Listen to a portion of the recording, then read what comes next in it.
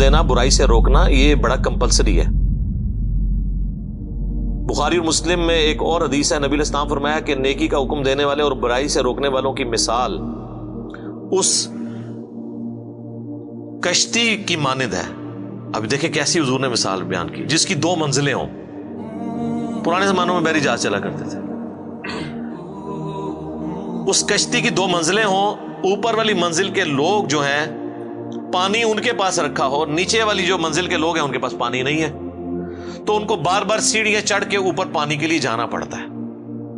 کچھ دنوں کے بعد انہوں نے یہ مشورہ کیا کہ یار یہ بار بار جو ہم اوپر جو جاتے ہیں اپنی کشتی میں سوراخ کیوں نہ کر لیں، نیچے سے پانی نکال لیں دریا کا،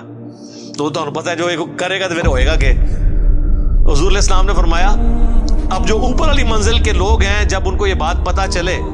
اور وہ یہ کہنا شروع کر دیں وہ تو خیر ہے اپنے حصے کی منزل میں سوراخ کر رہے ہیں، ہمارا کیا لے رہے ہیں، تو وہ بھی ڈوبیں گے اور نچلے بھی ڈوبیں گے،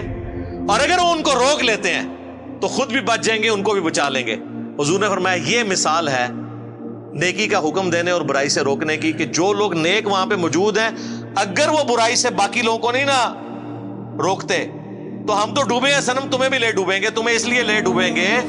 کہ تمہیں اللہ پوچھے گا بھائی تجھے اپنے دنیا کے نقصان پہ تو غصہ اور غم ہوتا تھا، جب میرے دین کا جنازہ نکل رہا تھا تو چپ کر کے بیٹھ کے اے سی والے کمروں میں سبحان اللہ روزانہ 100 دفعہ الحمدللہ اللہ اکبر، یہ تو بڑا آسان ہے نا،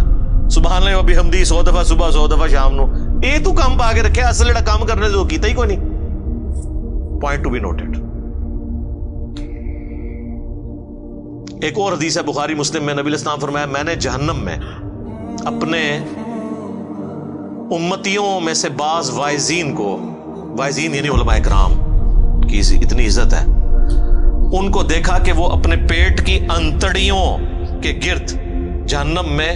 چکر کاٹ رہے ہیں جس طرح کے کولو کا گدھا۔ عرب میں نا وہ آج بھی ہمارے انٹیریئر پنجاب کے اندر اب تو بہت کم ہو گیا یہ چیز، بہت بیکورڈ ایریا میں ہوتا ہے کہ وہ بیل کو چلا کے نا تو گندم کے سٹے رکھ دیتے ہیں، وہ ان کے اوپر جب وہ پڑتا ہے ان کا پاؤں تو وہ ان کے دانے لادا ہوتے ہیں، تو گدھا بھی اس کام کے لیے استعمال ہوتا ہے۔ تو اس طرح وہ جہنم میں چکر کاٹ رہے ہیں اور اہل جہنم ان کے گرد جمع ہو کے ان سے پوچھتے ہیں حضرت صاحب تسی بھی، آپ تو ہمیں نیکی کا حکم دیتے تھے، تو چلو ہمارا تو سمجھ آتا ہے کہ ہم نے آپ کی باتوں پہ عمل نہیں کیا اور ہم بھی جہنم میں آپ کے ساتھ ہیں، آپ کیوں پہنچ گئے ہیں؟ تو کہیں گے کہ ہم بس کہتے ہی تھے آپ کو، کر دے ہو ہی جو تسی کر دے ہو، اسی لیے کہتے ہیں نا کہ وہ کام نہ کرو جو مولوی کرتا ہے، وہ کام کرو جو مولوی کہندا ہے، کیا وہ عموماً ٹھیک ہی ہوتے ہیں کہانیوں کو چھوڑ کے۔ اور بعض روایتوں میں یہ ہے کہ جو سننے والے ہیں وہ جنت میں پہنچ جائیں گے، وہ کہیں گے حضرت آپ کی ہم اتنی تقریریں سن کے جنت میں ہیں اور آپ خود جہنم میں ہیں، وہ کہیں گے وہ آپ نے تو عمل کر لیا، ہم نے عمل نہیں کیا۔ ٹھیک ہے، تو یہ اسلام جوڑوں کی اندر ہے، امر بالمعروف و نہی عن المنکر جوڑا ہے، نیکی کا حکم دینا برائی سے روکنا، علم اور عمل بھی جوڑا ہے، خالی علم نو چٹنا ہے اگر عمل نہیں کیا، اور خالی عمل کا کیا کرنا ہے اگر وہ علم کی بنیاد پہ نہیں ہے کہ جو طریقہ نبی علیہ السلام نے بتایا تھا اس کے بغیر آپ عمل کرتے رہے تو وہ عاملۃ ناصبہ، عمل کر کر کے تھک جائیں، جتنا مرضی ٹکریں مارتے رہے، بغیر وضو کے آپ نماز پڑھتے رہے،